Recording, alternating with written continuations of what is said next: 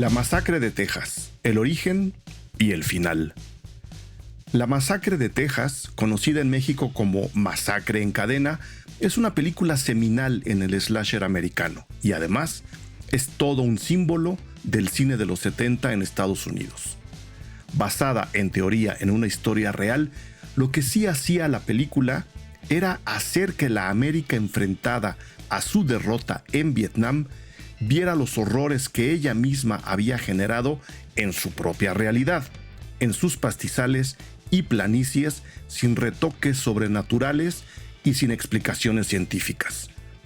Tobe Hooper, director y co-guionista con Kim Henkel, crearon en 1974 un clásico que hoy es universal. Y luego, casi 20 años después, vino una nueva versión de la historia dirigida por Marcus Nispel, pero surgida de la mente de los estudios de Hollywood. Una versión que para las nuevas generaciones representó su iniciación en el slasher, pero que no estamos seguros si se trata de una versión acertada y o oportuna. Para compararlas y ver cómo es que el terror en general y el slasher en particular ha evolucionado y se ha reacomodado en los Estados Unidos y en el mundo, invitamos a este podcast a Emilio Portes, director de cine responsable de otros clásicos como Belzebut, Pastorela y Conozca la cabeza de Juan Pérez, especialista en cine de terror, profesor, guionista y amigo de Cine Garage. Hablemos de La Masacre de Texas, su origen y su final. De eso trata este episodio. Yo soy Eric Estrada. Esto es Cine Garage. Aquí cabe todo el cine.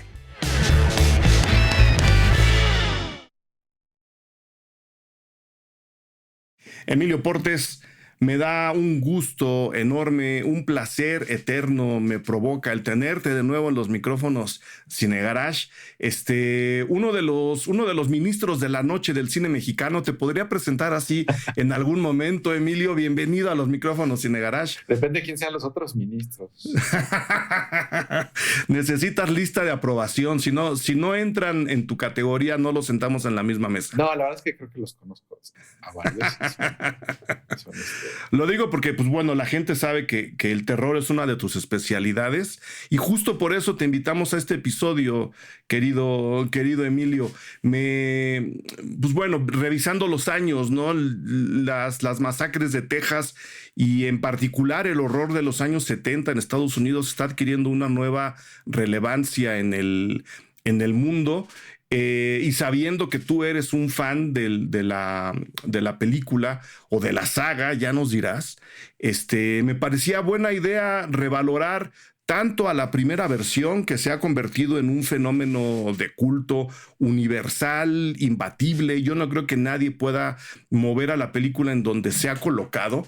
Y mira que estuve leyendo críticas de la época en donde no se le trata nada bien.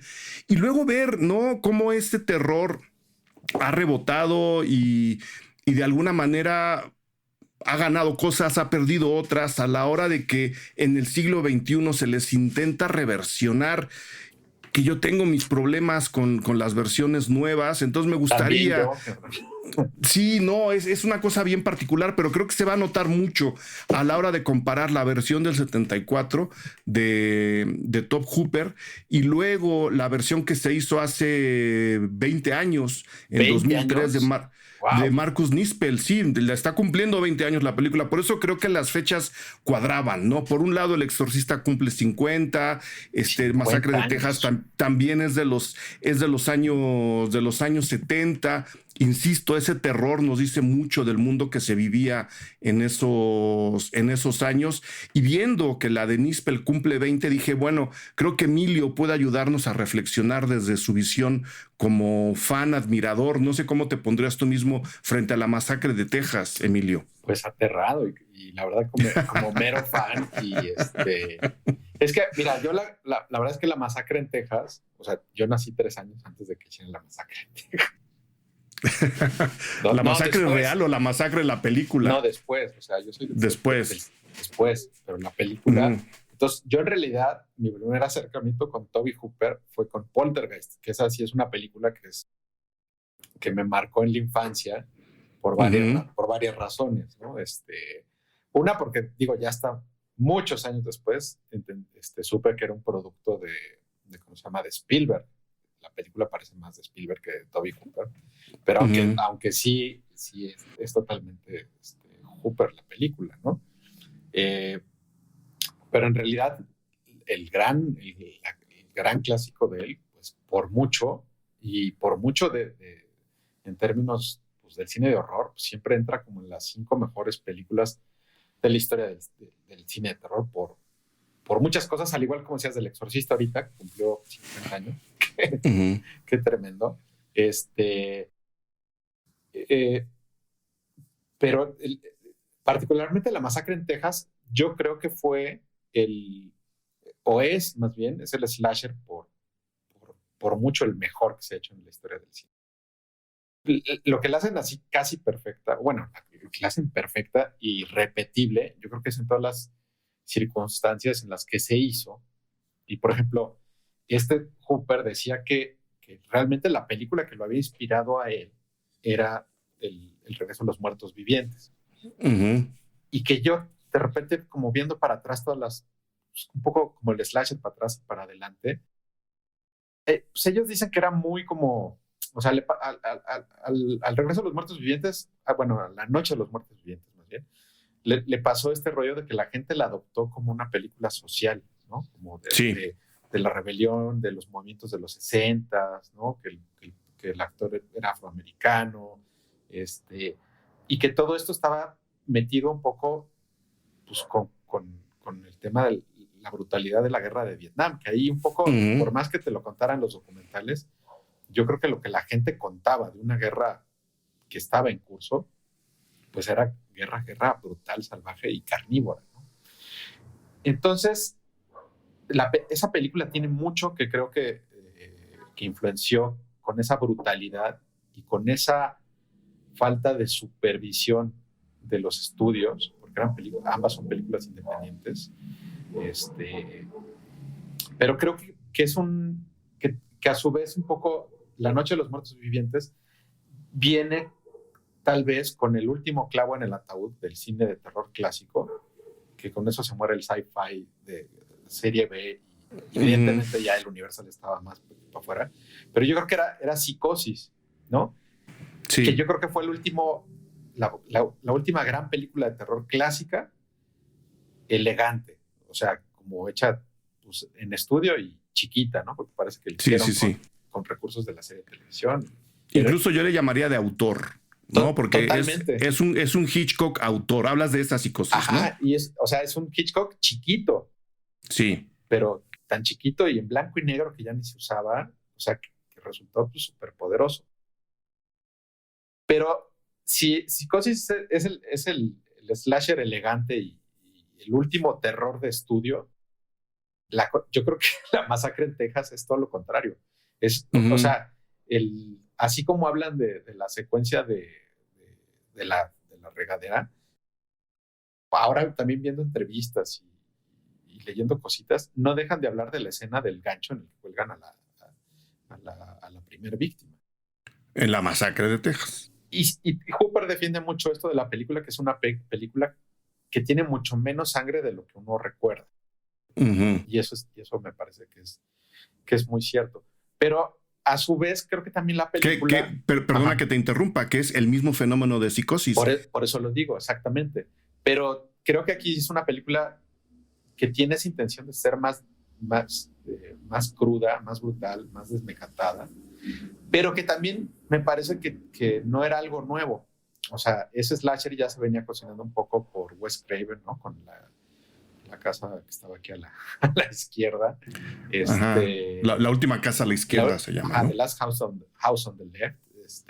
Pero también yo creo que también tenía un poco ya del galo italiano, o sea, como de estas primeras películas de Argento policíacas que ya había pues, cosas un poco más brutales, que también ya para meter espectadores, pues ya estaban usando como este rollo del sexploitation, o sea, chichis y sangre, que ya lo venía haciendo como Hammer, o sea, que empezó un poco más elegante Hammer, pero luego dijo, la lana está aquí, ¿no? porque esto ya lo vieron hace 20 años y la banda quiere ver sangre y desnudos. Uh-huh. Entonces, entre eso y, por ejemplo, las películas de Jess Franco, y todo ese galo italiano, me parece que es un buen antecedente de la masacre en Texas. Pero la masacre en Texas, pues yo creo que sí cae en manos de un chavo con la idea de hacer una película muy cinematográfica, pero también que fuera choqueante. Y yo creo que la película tiene eso. O sea, a mí, por ejemplo, en mi infancia, Poltergeist fue una película que me marcó porque la disfrutaba, porque era un terror muy para niños, aunque no deja de ser aterradora. En la escuela de cine, una de mis películas favoritas que se pasaba de contrabando era La Masacre en Texas. Uh-huh. Y ahora volviéndola... Perdona, dime. No, que ahora volviéndola a ver, porque la he visto varias veces la película, pero tendría yo unos 4 años de no volver a verla. Pues me di cuenta que la película no me dio tanto miedo como todas las veces que la había visto, que era una cosa de shock o de estridencia, pero sí es de esas películas que te deja un poco con ganas de ver una comedia después o algo ligero. No sé si es por la edad, pero sí es una película como Canoa o Rojo Amanecer, que de repente te dejan así de, ay, cabrón, ¿para qué puse esto tan noche, cabrón? ¿No? Con la boca seca, ¿no? Un poco sí, y aunque ya después de verla tantas veces la ves en términos de análisis, o no sé si es por el México que estamos viviendo, que de repente dices, puta, esto es como Lagos de Moreno, pero ¿por qué sigo viendo esto cuando esto existe y ha existido? Y lo sigue uno viendo porque la película me parece que además es un ejercicio de suspenso y de cine brutal. O sea, está filmada como los dioses, o sea, aunque hay poca lana, aunque la foto de repente es muy básica,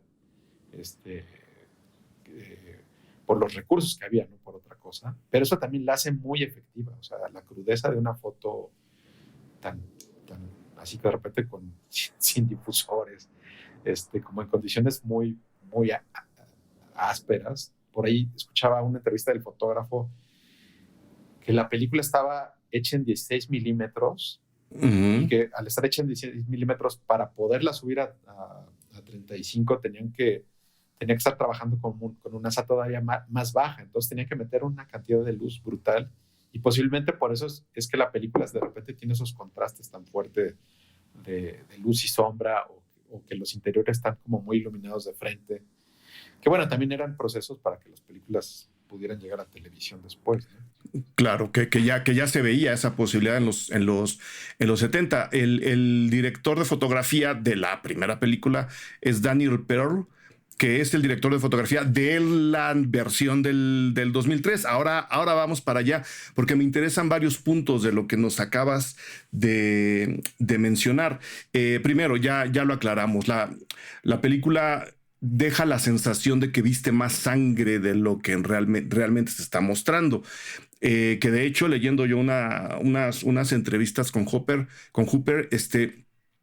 él dice, sí, la película primero duraba más, tuve que quitarle cosas para que me aceptaran distribuir la película y pudiera llegar a los cines y eventualmente a la televisión, como dices. Y segunda, dejando de lado a toda la gente que no captó probablemente el entorno social en el que se estaba generando la película y en consecuencia la necesidad de que la película contara lo que contó y se viera como se ve. Mucha gente sí llegó a decir que la película, que una de las mejores cualidades de la película era la generación de suspenso dentro de su narrativa. O sea, su narrativa era más de una película de suspenso. Hay momentos de shock, hay momentos, como dices, estridentes, que además están materializados en la propia, en el arma, que es el alma de la película, que es la motosierra. Pero hubo gente que sí detectó en Hooper un director con un ojo que ahora, y eso lo quiero dejar para después, creo que hemos perdido en el cine de terror, Emilio. Los directores se quedan del lado del shock y de la cámara súper engañosa, en lugar de meterse a generar una narrativa real, incluso cuando estás hablando de una película de explotación como es La Masacre en Texas, que yo soy muy fan del nombre en mexicano. La Masacre en Texas es el nombre en español, el nombre en mexicano es Masacre en Cadena, lo cual, o sea, le da una dimensión extra a la propia motosierra y al chainsaw. O la masacre de la motosierra. La masacre de la motosierra, no sé cómo es el título en castellano en España, ¿no? Creo que allá es La Masacre de Texas. La Masacre de Texas. Pero Masacre en Cadena a mí me parece una genialidad de nombre. Y a la hora, como dices, de captar las grandes cualidades narrativas de la primera versión, caen justo a la hora de revisar los créditos. Estaba yo revisando, me gusta mucho clavarme en ese tipo de cosas. En la primera versión, la del 74, sale la lista de nombres de actrices y actores y el siguiente crédito es el de los editores. O sea, como si Hooper dijera, a ver, aquí hubo un trabajo de hilar las imágenes de tal forma para que ustedes disfruten lo que van a ver, que tengo que darle el segundo crédito de la película a los editores. No sé si te diste cuenta de eso, Emilio.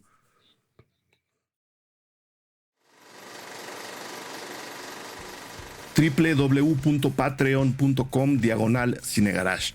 Esa es la dirección en donde ustedes pueden suscribirse para convertirse en el apoyo fundamental en la producción de estos podcasts. Con su ayuda nosotros seguimos produciendo podcasts para todo el mundo que se escuchan cada vez en más países y será gracias siempre a su apoyo. Nosotros, en respuesta, tenemos una larga lista de contenido exclusivo para todos y todas ustedes que van desde las críticas a los estrenos en cine y en streaming hasta cobertura de festivales, pasando por entradas preferenciales a funciones especiales y premiers y descuentos grandes y sustanciosos a nuestros talleres. Nos han preguntado si se paga cada vez que se lee un texto o se escucha una entrevista. No, la aportación que ustedes amablemente hacen es mensual y eso les da derecho a repasar, dependiendo del nivel que ustedes eligen, todo el contenido que tenemos ahí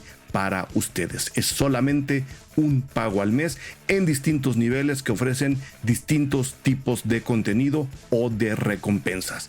Todo en www.patreon.com/cinegarage. En esta ocasión elegí unos nombres al azar para agradecer de manera personal a Adrián Guzmán Gaitán, Paulina Pérez, Sergio García, Jessica Leiva, Francisco Retis, Alejandro Alemán, Rodrigo Arnaz, Daniel Silva, José Carlos Sierra Reveles, Mario León de la Rosa. Ellas ya son parte del perfil Patreon de Cinegarage. A ustedes les estamos esperando. www.patreon.com/cinegarage.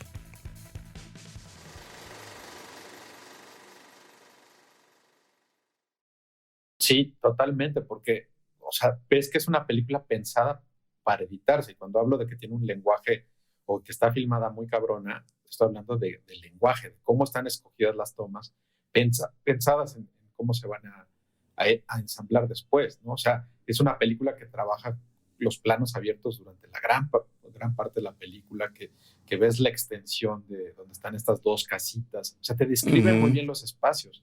Y eso después contrasta brutalmente con escenas súper estridentes o pues, muy godarianas, pues así muy pacheconas. Por ejemplo, como que en términos de acción no pasa mucho, pero por ejemplo toda la escena de la cena que desemboca con el abuelo que no tiene fuerza y le ponen el martillo para que desnuque a la última chica sobreviviente, de repente se vuelve un estilo de edición así entre Godard y Kubrick, así como muy rápida, o sea, como o sea, se vuelve ese precursor del videoclip MTV, sí, ochentero, rápido, vertiginoso, en el que de repente cuenta más estos planos que cada vez se van haciendo más cerrados del ojo hasta llegar a las venas. De los ojos, exacto. Hasta las venas. Que de repente lo que vuelve terrorífica gran parte de la película, especialmente eso, es la edición. Entonces ahí tienes como el equivalente al gran ejercicio o a la gran clase de la famosa escena de la bañera, de la regadera de Hitchcock. Pero aquí me parece que lo hace La Masacre de Texas varias veces. Igual la persecución pues, va desde cosas muy, muy clásicas de abierto, cerrado, punto de vista objetivo, subjetivo, hasta unos jump cuts horribles que lo que hacen es que te empiezan a estresar. O sea, de repente la película adquiere un rollo como musical, y se vuelve como un rollo de thrash metal muy, muy culero en el que dices, ya párenle, ¿no? ¿Y qué es lo que hace la película choqueante, estridente, salvaje, puerca, ñera? Y creo que todo eso, es algo que las demás películas no tienen, incluyendo La Masacre en Texas 2, que es de Hopper, ¿no? Ajá. Yo creo, Emilio, dime qué opinas, que así como El Exorcista lo hizo muy a su estilo, ¿no? Friedkin es un cineasta completamente distinto. Es otro tipo de estética la que él desarrolla y utilizo justo la frase otro tipo de estética porque yo creo que las películas como La Masacre en Texas o Masacre en Cadena también tienen una estética. Es una estética sí estridente, ¿no? Es una estética por momentos más gráfica, pero que no deja de ser sugerente y nos volvemos a remitir a la escena de la cena, ¿no? La tensión que se genera está justo en esta cámara que no deja de invadir el ojo de la chica que está atada ahí a una silla y en donde acabamos viendo las venas de sus ojos. No vemos en realidad nada más, pero esa estridencia y esa sugerencia y esa generación de símbolos no es burda, es todo lo contrario, No, como dices. Esa es de yuxtaposición rusa, o sea, así de libro. Esa escuela soviética total, ¿no? Sí. Si nos ponemos más académicos todavía. Sí, o sea, eso está súper bien pensado, o sea, no, probablemente hay cosas que no están tan bien pensadas, pero, o sí que en la edición las hicieron parecer que no estuvieran pensadas y que tengan esa crudeza, pero entre más ves la película, o sea, ves que es un tipo que Hooper pues, es un tipo elegante. O sea, el tema, el lugar, los personajes, no lo son.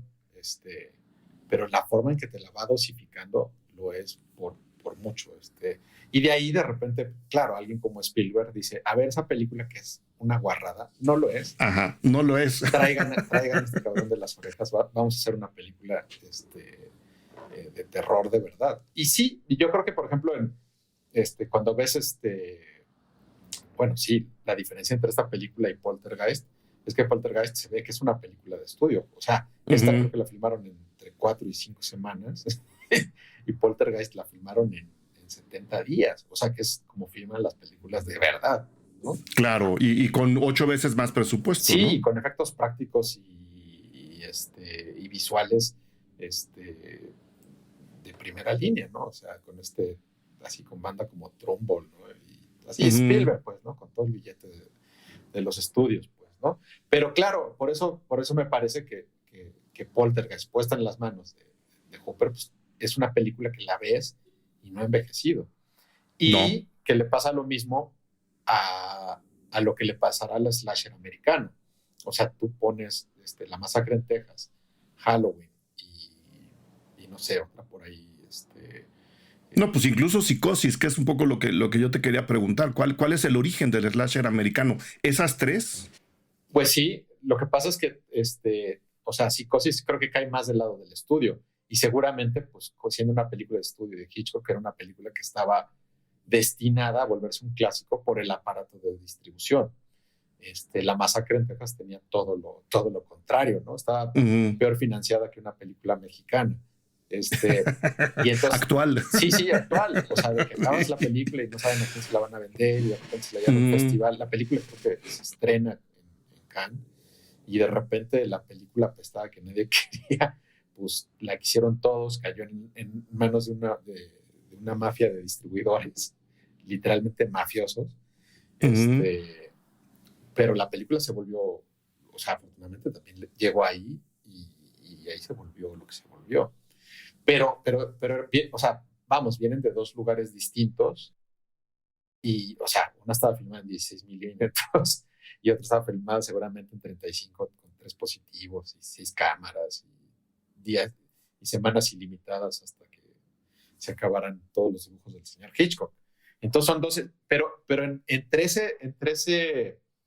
eso, por ejemplo, Viernes 13, que creo que es una película más cercana a esta, Ujú. o las de Wes Craven, pues son películas que no han envejecido. Las que envejecieron rapidísimo fueron todas las secuelas. Todas. Claro, Todas las de los 80s, porque pues es el tema pues de que se instauró. Dijeron, órale, esta película que costó muy barato y que se ve muy guarra, pues vamos a... Todo el mundo, ni siquiera ni siquiera los estudios dijeron, vamos a hacer estas películas. Más bien fue así yo creo que gente común y corriente empezó a hacer o a invertir en estas películas y ya hicieron Campamento del Terror y ¿cómo se llama? Prom Night, no sé qué madres. Entonces, y que de esas películas, pues sí han envejecido pues, bastante. O sea, no son películas que sean que no tengan el rigor narrativo y dramático y de tripa que tiene Tom Hooper, ¿no?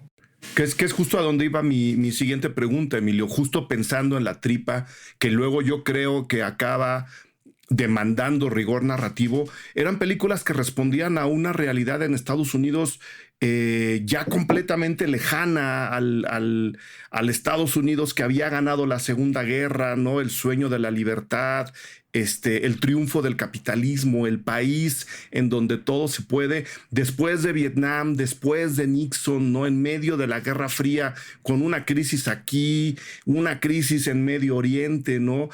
Un país que ya se veía carcomido por su propia corrupción.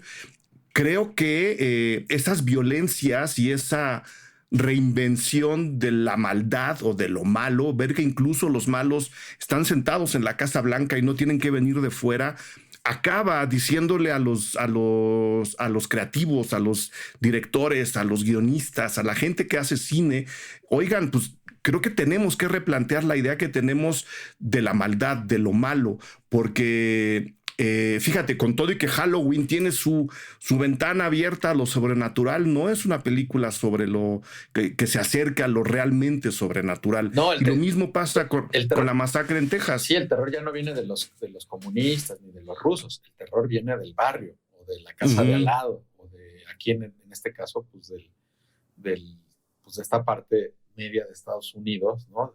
Del pueblo bueno que vive ahí en Texas y que nadie conoce porque no está en el mainstream y que de repente la clase media le tiene terror, ¿no? O sea, justo los californianos dicen, híjoles, ¿qué hay en medio de Texas? ¿Qué hay ahí? ¿No? Y entonces ahí se empiezan a hacer estas fantasías de estos hillbillies caníbales que pues, siempre han existido y siempre van a existir en todas las sociedades, ¿no? O sea, el pueblo bueno siempre está ahí, pues, ¿no? Y será por eso que la seguimos revisando, porque el mundo pues, ha ido a peor, honestamente, y esa focalización del mal se ha universalizado. Tú decías hace rato, pues, sí, México es un país muy, muy violentado, las razones son inmensas y muy, muy complejas, pero estas películas, justo por esa tripa que mencionabas, nos siguen diciendo, ojo, ¿no? O reconocemos a quien está al lado, o vamos a vivir aterrados del que vive enfrente de nosotros siempre, o dónde entraría ahora este rescate que estamos haciendo de los grandes, grandes clásicos. Y ahí están otra vez los nombres, desde Halloween hasta El Exorcista, pasando por La Masacre de Texas. Es que son clásicos porque son películas que se siguen pasando y siguen emocionando a la gente. O sea, Masacre de Texas es una película que la gente sigue viendo. El Exorcista la gente sigue viendo porque siguen siendo efectivas, porque estaban muy bien hechas y siguen estando muy bien hechas. Cuando hablamos de Viernes 13, todo el mundo habla del global de Viernes 13 y de todas las franquicias, de todas las secuelas, pero pues, las tres, y todos tienen clavada el rollo de la máscara de hockey, pero nadie se acuerda que en las primeras películas ni sale la máscara de hockey, que son las mejores, o sea, las que mejor aguantan. Ya después las últimas se ponen muy galo, o sea, que es la sangre por la sangre y el sadismo por el sadismo, cosa que, pues bueno, cinematográficamente puede ser entretenido, ¿no? O sea, así como las películas de karate persecuciones, pero son películas que nadie recuerda, salvo Jason Toma Manhattan y Freddy contra Jason. Sí. No son películas de las que la gente se acuerde de una escena en especial, se acuerda del global. Y muchas veces se habla de esas películas sin verlas.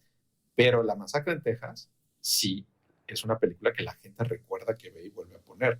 Y por ejemplo, de las últimas que han hecho de La Masacre en Texas, Leatherface y el inicio de Leatherface. Una de The Beginning. Ajá, pues no.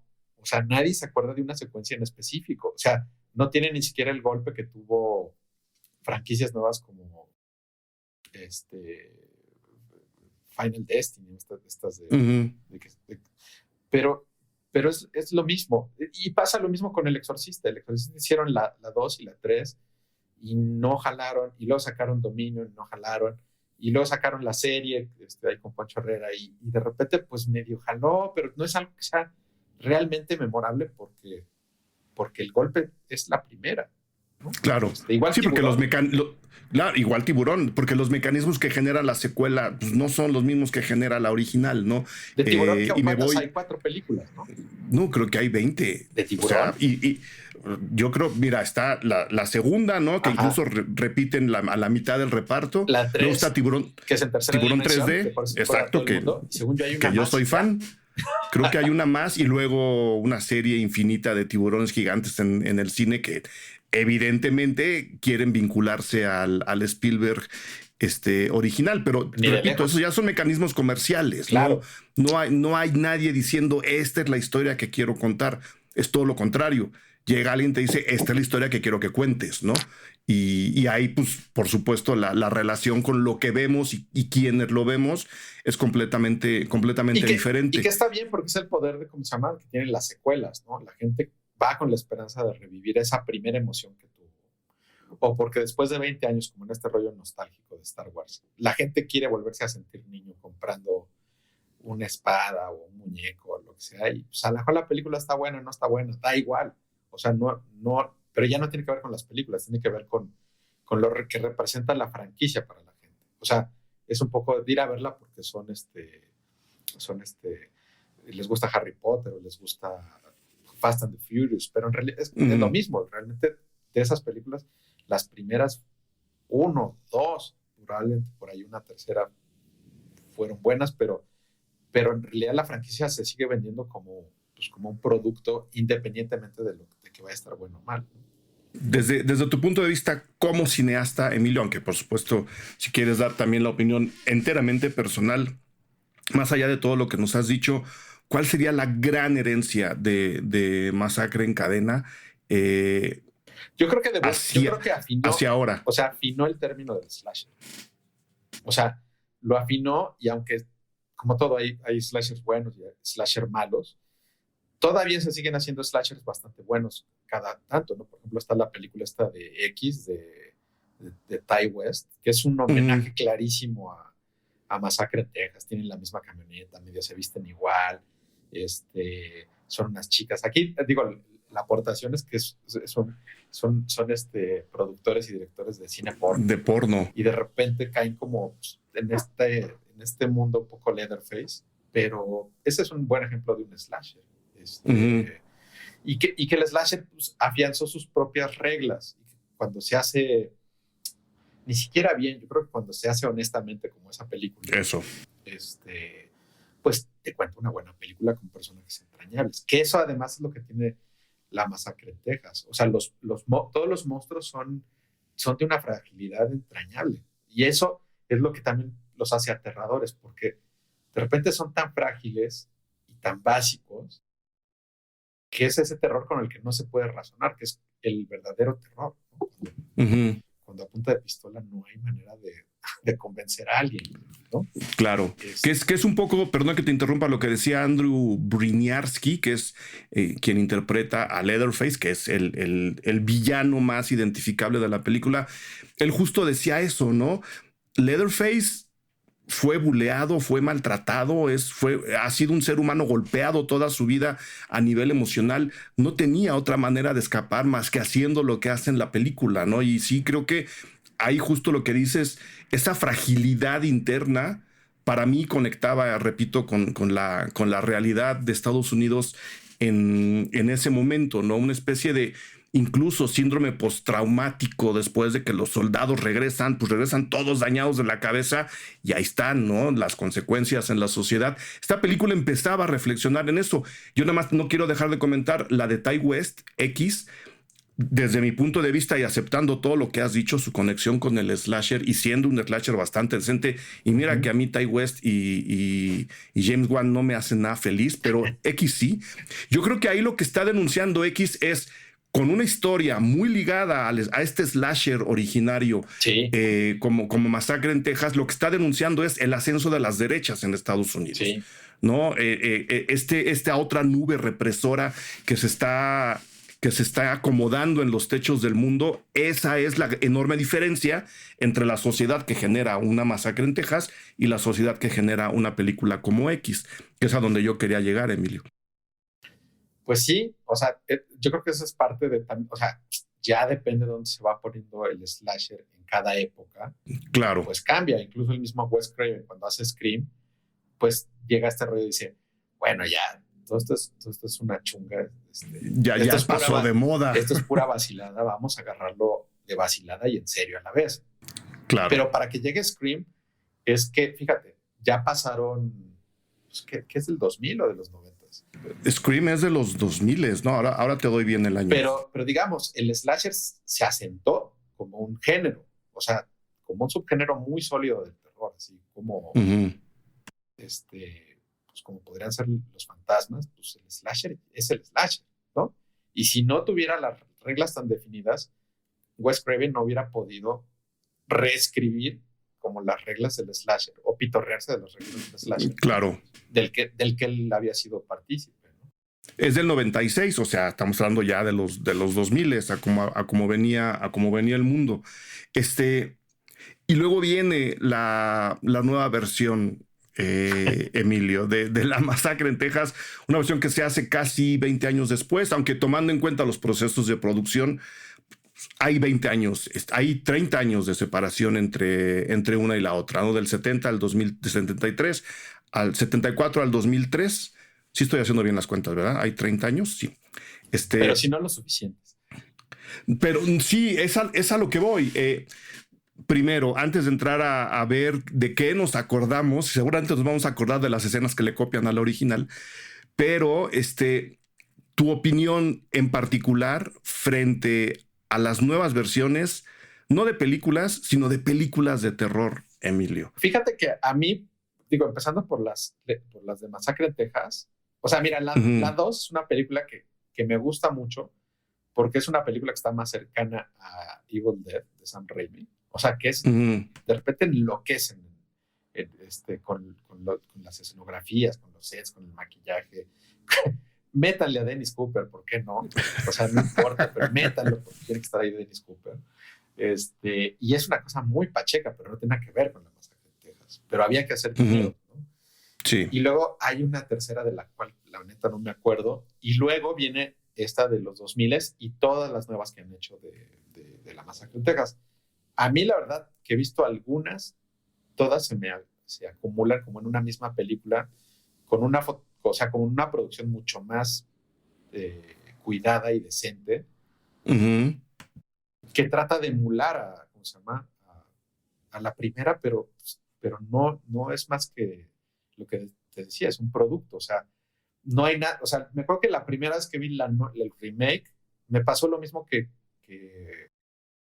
con Halloween de Rob Zombie, o sea, que de repente, bueno, la de Rob Zombie tenía ahí unas cositas padres, pero en general estabas viendo la misma película, como La Psicosis de Gus Van Sant, pero con una fotografía actualizada, o sea, con tecnología nueva. Pero fuera de eso, se me empiezan a hacer películas muy olvidables. No. Y mira que, por ejemplo, la versión del 2003, que es en la que me quiero centrar, aunque podemos hablar de las que tú quieras, o sea, el director de fotografía es el mismo, ¿no? Y el director de fotografía fue casi quien convenció al resto de la gente de decir, hagamos la película. O sea, bueno, denme chance de cerrar mi carrera con la primera película, haciendo haciendo otra vez la primera película que hice. Y lo que le estaba escuchando una entrevista con él y le decían, oye, es que la película la queremos filmar en 16 milímetros. Y decía, ¿tan idiotas? No. No saben de lo que hablan, no saben lo que era filmar con 16 milímetros, la cantidad de luz que tuvimos que meter y no nos alcanzaba y no quedó. Y sobre todo, no están entendiendo a la película. La película no funcionó porque estuviera hecha en 16 milímetros. Funcionó a pesar de que estaba hecha en 16 milímetros, ¿no? Y bueno, la verdad es que la foto de esa versión es lo más rescatable. Es preciosa la fotografía. Él dice que es una de sus mejores fotografías, que no lo dudo, que él luego hizo muchos videoclips ochenteros de Billy Idol y de Billie Jean, y muchas de MTV. Justo unos de ellos justo con Marcus Nispel, el director de la película. Que él también es director de muchos de comerciales y videos famosos. O sea, de esta época medio Spike Lee y ¿cómo se llama este otro que hace videos y películas? Pero bueno, no importa. O sea, al final creo que, a mí la verdad es que se me hace como un ejercicio de estilo tipo Psicosis de Gus Van Sant. Me interesa, me divierte, no, me estresa tampoco, porque además la primera película sí tiene, con todas esas carencias que se notan, la hace más cruda, y que ahora que murió Friedkin, y que lo decías, pues este rollo de Friedkin que empieza a utilizar en sus películas como medio documentalero, de ahí vemos cámaras en mano, ¿cómo se llama? En la calle. Digo, aquí en la calle era los pastizales de Austin. De Texas. Donde no hay nada, y eso es terrorífico, pero es muy... No hay ni pasto en los pastizales de Texas. Exacto, así, pero es el equivalente a Los Ángeles o Nueva York de Friedkin, ¿no? Están la gente, donde van corriendo y de repente la gente voltea a ver y dice, quítate, ahí viene Jim Hackman que te vaya a atropellar. Pero sí es un estilo particular, o sea, como esta mezcla un poco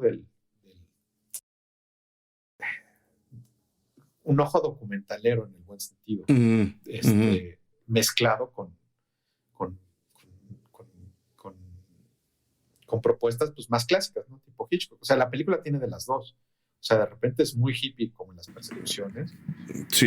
Y luego tiene escenas así de magistrales o encuadres así perfectamente estudiados, como la escena esta del columpio, que primero te lo presenta, te lo plantea en el espacio, dónde está, dónde vive, como si fuera la cosa más importante de la película, y luego es para salir por debajo del columpio y seguir el trasero de esta chica que viene en shortcitos rojos, y que te lleva ¿cómo se llama? A la casa que es blanca, que contrasta con la casa, y es la casa del terror, ¿no? Y ese plano es así de un cuidado, de una ejecución magistral. Pero estoy entendiendo entonces que te gusta, Emilio, la nueva versión de La Masacre en Texas. No, estaba hablando de la primera. De la primera, sí, porque en la segunda, según entiendo, lo único que rescatarías sería la fotografía. Pues mira, tendría que volverla a ver, pero, o sea, cuando la vi, mi sensación fue esa, así de, se ve padrísima, pero nada más. Pero no tiene esa estridencia, porque además son películas que ya para los ¿qué es? 2003. 2003, es un momento que el estudio ya le cayó sobre los autores. Dijeron, a ver, ya paren la sangre, ya paren este rollo de Viernes 13, paren el gore, paren los destripados y paren los desnudos. O sea, hay como una censura a partir de los 2000 brutal en términos de terror, que de repente todo el terror tiene que ser limpio. Sí. O que el terror tiene que estar explicado por ¿cómo se llama? Por Sitfield de esa época. Sí, ahora sí. Por Snyder. Pero, y entonces el terror se empieza a volver como descafeinado, o sea, muy bonito, muy bien hecho, y que de repente deja de tener esta irreverencia y este shock, este Eros y Thanatos, que luego se preguntan por qué Terrifier es un éxito, pues porque de repente ves que son unos cabrones que dijeron, vamos a hacer una película peroñera, con sangre impresentable, y de repente, ¡pum! Vale, otro Masacre en Texas. Digo, claro. no es una película que a mí me guste ni que creo que tenga mucho valor más que el golpe comercial, pero tiene ese cariño el slasher. Sí. Y tiene esa irreverencia que luego tuvo el Galo Italiano que tuvo pues muchas otras películas de Sam Raimi, pues, ¿no? El propio Sam Raimi. Yo lo veo, para redondear un poco lo que tú estás comentando, ya me dirás si estás de acuerdo, lo veo un poco pues como lo que era el punk justo en esos años, exacto, ¿no? De voy a hacer una película que a mi mamá no le va a gustar ver, pero a mí sí. Como Alex Cox, ¿no? Repo Man. Sí, exactamente. O Sid and Nancy, donde se guacarean. Y de repente acaban las películas de Alex Cox y de repente dices, están ñeras, medio no están iluminadas. Que por cierto, tenían fotógrafos cabrones como Robbie Mueller, ¿no? Fotógrafos europeos muy acá de Wim Wenders. Pero son películas como guarronas, pero con tripa, ¿no? Exacto. Y con desnudos y canciones y leperadas y que también se filmaban sin permiso, muy a la Friedkin, ¿no? De vamos a la calle y a ver qué sale. Y que no nos vea la policía. Y que no nos vea la policía. Y si nos ve la policía, les damos una mordida, ¿no? Exacto. Entonces, yo creo que a la segunda versión le hizo mucho daño que Michael Bay metiera las manos. Que él estuviera ahí en el escritorio del productor, ¿no? Porque pues Michael Bay es justo el gran elaborador de películas familiares que no parecen familiares de Hollywood, ¿no? Mucho show, mucha explosión, pero al final de cuentas están tan, ya lo dijiste tú, descafeinadas, que si nos remitimos de nuevo a la escena de la cena en las dos masacres, pues la primera... Vemos una lámpara con una pantalla hecha con piel humana, ¿no? Vemos una silla hecha con los huesos del torso. La chica misma está atada sobre unos brazos que le acaban de cortar a no sé quién. Y en la escena de la segunda masacre, la del 2003, todo es limpio, todo es color acero, porque Michael Bay, ¿no? Todo se ve, los muebles son muebles, ¿no? La chica, pues... ahí está muy bien maquillada y grita, pero no está esta sugerencia soviética de la que ya hablamos en el montaje, en la idea durante la filmación y luego en la consolidación a la hora de editar todo. Pero eso sí, la cámara no deja de moverse. Porque Michael Bay, ¿no? Porque aquí vamos a hacerle creer a la gente que están pasando más cosas de las que están pasando sin sugerirlo, que es justo el gran acierto de la primera. Yo creo que el grave error fue considerar que una película de terror de esos niveles podía caber en un Estados Unidos ya tan marcadamente puritano como el que teníamos en los 2000. Y esta limpieza en los escenarios, sí, precisamente en esa escena, ¿no? Sí, exactamente. No se vayan a espantar. Bueno, pero pues, entonces, ¿a qué venimos? No, aquí venimos a vender camisetas. ¿No? Sí. Pero fíjate, queremos que la gente la compre en DVD también, por ejemplo, ¿no? Yo creo que aunque la película ahora que la vi ayer en la noche y no me espantó como antes, sí me inquietó mucho. Y yo creo que lo que me inquietó mucho es de repente ver como la planeación de cómo van introduciendo el mundo de los huesos y de las carcasas, detalles como que de repente se encuentran un dientecito por ahí. O de repente que se paran en casa del cocinero y el chavo de la silla de ruedas se sale comiendo un choricito y dices, yo ya de eso no me acordaba y decía, no mames, está comiendo choricitos humanos, pero digo ya porque porque has visto la película muchas veces y de repente ves cómo van detallando las cosas, ¿no? También que hayan descubierto a este desenterrador de cadáveres, que es con lo que empieza la película, ¿no? Con esta carcasa humana ahí puesta en el panteón. Que es como una pieza, un arte objeto en el panteón de dos cuerpos ahí como brutalizados, pues te va metiendo en un mood y puta, ahorita arrancar una película así de estudio, pues impensable, ¿no? Claro. O luego tener una película con tantos silencios o con tantos sin razón, ¿no? Se sube el chavo que tiene vitiligo con su cámara y se corta y de repente no es algo que tengas que explicar, el mundo se está mostrando un poquito como es y es inquietante y perturbador, pero no es terrorífico. Lo terrorífico vendrá después y lo estridente vendrá hacia el final.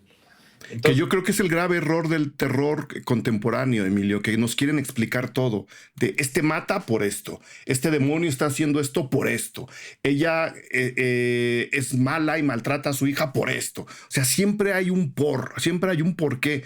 Y creo que el terror, entre menos porqués tiene, más efectivo es, justo por lo que acabas de decir, porque así es la vida. No sé si a ti te pasa lo mismo, que esta necesidad de explicarnos todo en las películas, en particular de terror, sí, le está haciendo mucho mal al género. Con algunas sí, y de repente incluso estudios o pequeños estudios como Blumhouse, ¿no? Que de repente sí lo hace de una manera más elegante y a veces no. No, yo estoy generalizando, sí. Por ejemplo, o sea, una de las mejores versiones del Hombre Invisible es esta en la que ya no te explican nada. Es golpeador y tiene un traje invisible. Perfecto. A correr, vámonos, ¿no? Y la película trata de cómo vamos a escapar del marido golpeador. Y es buena. Y eso lo vuelve una gran película. Pero hay mucho, totalmente de acuerdo, hay mucho terror de estudio tratando de explicar algo que a veces el terror no tiene que explicar. Y eso me parece que es algo que, por ejemplo, el cine de terror, al igual que el cine de acción, son subgéneros puros del cine.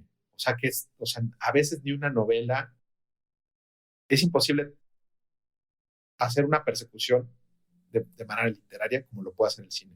O una pelea de karate tipo John Woo, ¿no? Y a veces el terror, y ahora el metaterror y todo lo que se ha ido asentando en sus géneros, pues son cosas que de repente deberían obedecer a ese rollo medio musical del género y de sus subgéneros, y ya no explicar que sí es de fantasmas o que sí es de locos o que por qué se come gente. Pues porque sí, cabrón, porque seguramente hay ahorita que nos está escuchando gente que come gente, desafortunadamente, ¿no? Pero es así, claro. Siempre ha sido así, sí. Siempre va a ser así, ¿no? El mal existe, y negar que, como dices, en este rollo puritano de negar el mal, o de, ay, no, es que no se va a ir tan espantada la gente a sus casas, pues deberían. Había una anécdota ahí, estas del IMDb, que decía que el condado de Texas había felicitado a Tom Hooper porque había bajado el crimen a partir del que salió la película, porque ya había menos gente que pedía aventón en las carreteras. Claro. ¿Será cierto, seguro los criminales decían, si me agarro un policía como ese, ¿en dónde voy a caer? Mejor ya no robo nada. Eso y una diferencia brutal que parecería mínima, no sé qué opinas al respecto, el final de las dos masacres. La primera acaba como acaba, ¿no? La chica escapa y se inunda en su propia locura, lo cual es un final, no, que a mí me desquicia todavía. En la segunda, Jessica Biel tiene las agallas para que veas cómo incluso en los finales, después de películas como esta, se puede apuntar, especialmente si están Michael Bay y los estudios ahí atrás, a un final feliz y a un final conservador y a un final que tranquilice a la gente en lugar de dejarla alterada, como bien dices, que es como deberíamos de salir, no de estas, de cualquier película, tendríamos que salir con millones de dudas. Jessica Biel tiene las agallas de volver a la casa, o sea, pide ayuda, la recoge un trailero, la regresa a la casa, ella ve al bebé que tiene esta familia maligna ahí criándolo y decide rescatarlo. Sí, no. Se mete a la casa, lo saca, lo rescata y escapa. Es decir, estás metiendo a un personaje que no era maniqueo por los orígenes, incluso de la primera película, y lo vuelves tremendamente maniqueo. El bien acaba triunfando de tal forma que hasta el niño puedo salvar. Y eso se me hace el peor error de la segunda versión. Como dices, negar el mal, decir aquí el bien es bien porque sí, y vean cómo se van a ir a su casa tranquilos y felices a pesar de ver cómo deshuesaron a medio mundo en la película. Es que es una visión muy de estudio, ¿no? O sea, para que la gente se vaya tranquila. Y en la otra, en la original, pues incluso no sabe si acaba ahí, porque no tiene una resolución. De repente tiene este rollo que yo ya no me acordaba ahora, haciendo el novenario de Friedkin, que Contacto en Francia, pues de repente se acaba. O sea, es un final abierto también. Parece que se van a agarrar a plomazos con Fernando Rey y de repente Jim Hackman no sabe si lo agarran. Sin querer balear a un compañero y le dice, oye, güey, ya mataste a este cabrón. Le dice Schneider. Sí. Le dice, no, espérate, ahorita lo agarro, güey. Voy por el otro. Y en vez de que veas la persecución, se corta, Sí. no se acaba, se acaba. corta la película y te dice qué le pasó a cada uno de los personajes, que pues es como de nota roja. A los malos no los agarraron, a los buenos los demotaron. Y aquí pasa lo mismo. En el momento que quieres ver que realmente llegue al pueblo a tomarse un vaso de agua o si se salvó o si el otro se le gangrenó la pata a Leatherface o no, se corta la película y te deja frío, que eso es algo que muy pocas películas hacen, que te dejan así como el final de Sopranos, de, güey, ¿lo mataron o no? Pues tú, ¿qué crees? ¿Que lo mataron o no? Sí, piénsale. ¿No? Sí. Y te vas un poco así, no mames, cabrón, ¿no? Qué ojetes. Pero eso es la antítesis del rollo de estudio de Michael Bay, de, no, sí, que gane el bien y se vayan todos tranquilos. Y bueno, yo creo que eso es lo que hace ¿cómo se llama? Esta película brutal. O sea, también es un final pues poco académico. Es decir, no tiene final, se corta. Medio sabes que en ese momento la libró, pero no tienes... Pero lo demás queda en tu cabeza, ¿no? Que es lo que deben hacer las buenas películas. ¿Algo más que quieras agregar, Emilio, sobre lo que hemos platicado de esta o de cualquiera otra de las masacres o de cualquiera otra de las películas que te parezcan pertinentes? Pues yo creo que eso, o sea, pues que las vean. O sea, que si no han visto La Masacre de Texas, ya tienen algo bueno con quien son. Ya tienen tarea. A alguien, está calada. Se encuentra fácil ahí en las plataformas. Sí, yo para los Patreons voy a dejar la lista de las ligas, de hecho, donde pueden ver Masacre en Texas. Viene un documental, me parece que es de Amazon, no me hagan mucho caso, pero viene un documental centrado en Ed Gein, el asesino serial, en el que está basada esta y otras películas. Dicen incluso Psicosis. Ténganlo ahí en mente. Se llama así tal cual, Gein, Gein. Pero voy a dejar las ligas con las plataformas en donde se puede ver La Masacre en Texas original y la nueva, si es que quieren aventurarse al mundo Michael Bay del terror. Emilio, mil gracias. ¿Dónde te puede leer la gente en redes? ¿Vas a dar más cursos? ¿Cómo está tu vida ahora en ese sentido? De repente doy unos cursos ahí con Gangster Films y en otros lados. Por lo general doy de guión de terror o de dirección de actores. Lo anuncias en tus redes siempre, ¿no? Sí. ¿Y cómo se llama? Y pues nada, gracias por invitarme. La verdad es que como siempre un placer cotorrear contigo y más sobre películas de terror. Muchísimas gracias a ti, al contrario, es un gusto para mí que aceptes venir a los podcasts Cine Garage. Nos seguimos encontrando en el camino. Mil gracias por tu plática, Emilio, y que viva el cine de terror. Viva el cine de terror, en especial el mexicano. Sí. Gracias por escuchar Cine Garage. Si nos escuchas en Apple Podcast, regálanos una reseña para que más gente descubra este podcast. Suscríbete a Cine Garage siguiéndonos donde sea que escuches este programa para enterarte de nuestros próximos episodios. Cine Garage es parte de Sonoro. Ingresa a sonoromedia.com para escuchar más de los podcasts que aquí se producen.